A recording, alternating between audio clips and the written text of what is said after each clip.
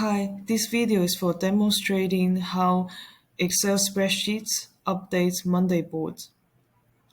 In here, we have already set up a Monday board and an Excel spreadsheet sitting in OneDrive. In here, I would like to add another new contact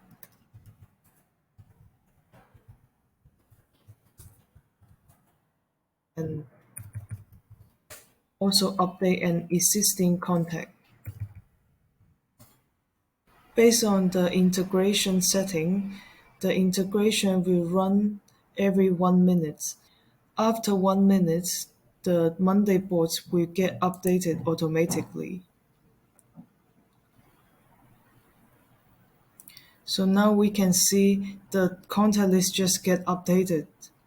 The new contact has been created in Monday board and the phone number just got updated. Thanks for watching.